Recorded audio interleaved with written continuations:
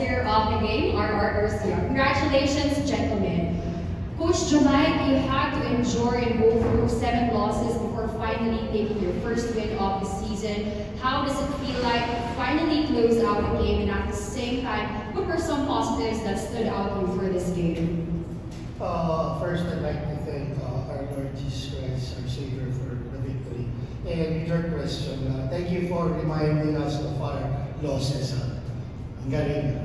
Anyway, you just have to, of course, we're 1-7 right now, so we were frustrated in the first 7 games because we almost all our games we were in it, and then eventually, finally, we got a win tonight. But I take full responsibility for all those losses. So my apologies to everybody, especially to the Phoenix organization and to the players. So we got a win, and we got over the hump. So hopefully, and we will work harder for our next game. Thanks, Coach Jomai. Now, RR, sa halip ng first half explosion, kailangan mag-inita tayo sa fourth quarter para sa panalo. Anong nakatulong sa iyo sa pag-take charge para masustain ang lamang hanggang sa dulo? Sa akin naman kasi, nilagay ako sa first group. Kaya yun, ginampanan ko lang kasi kailangan din yung mag-control doon sa import namin kasi ang bilis yung umagod eh. Kaya pag inihingi niya, siyempre, sa akin yung coach magbibigay, siyempre, role namin yun eh. Kaya yun, bawat pagtawid namin, saan namin nilibigay sa kanya.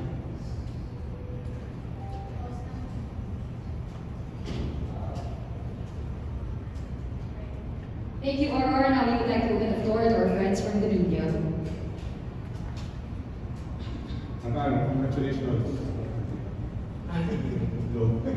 RR, itong performance mo ngayon, kung match of the conference, based mo sa FPU, so ba nakaka-ready kung mabalik yung dating Garcia na laro?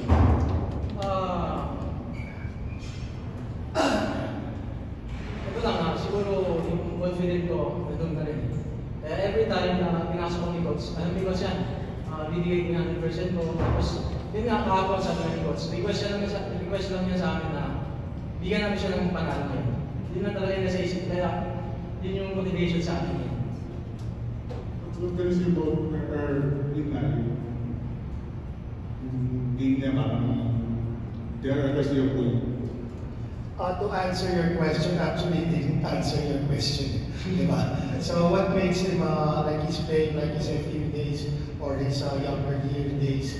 You know, kasi we all know that RR Garcia is a very talented and very skillful player.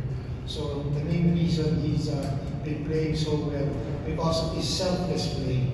Diba? We always know that he can do a lot of things, but he makes those selfless plays and sacrifices.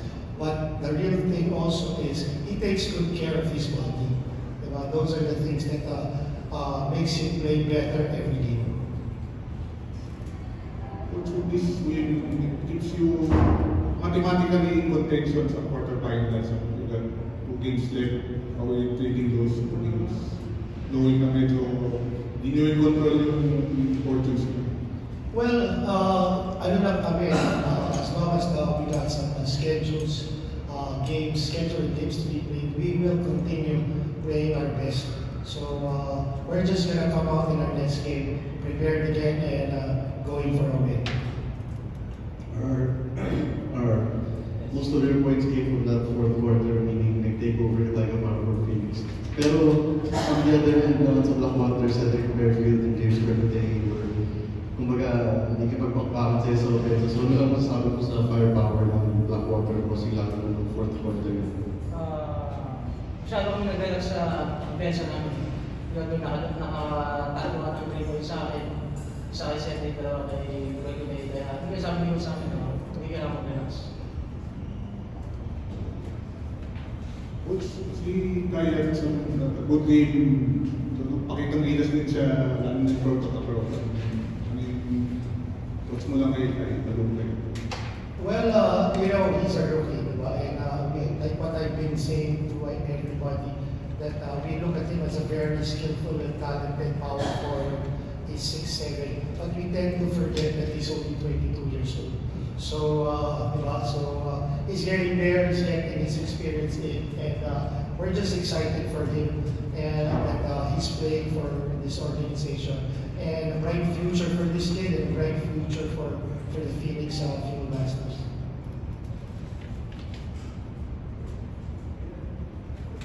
Maraming salamat, mabuhay nito. Yan na. Congrats, Coach. Thank you, thank you sa inyo. Thank you.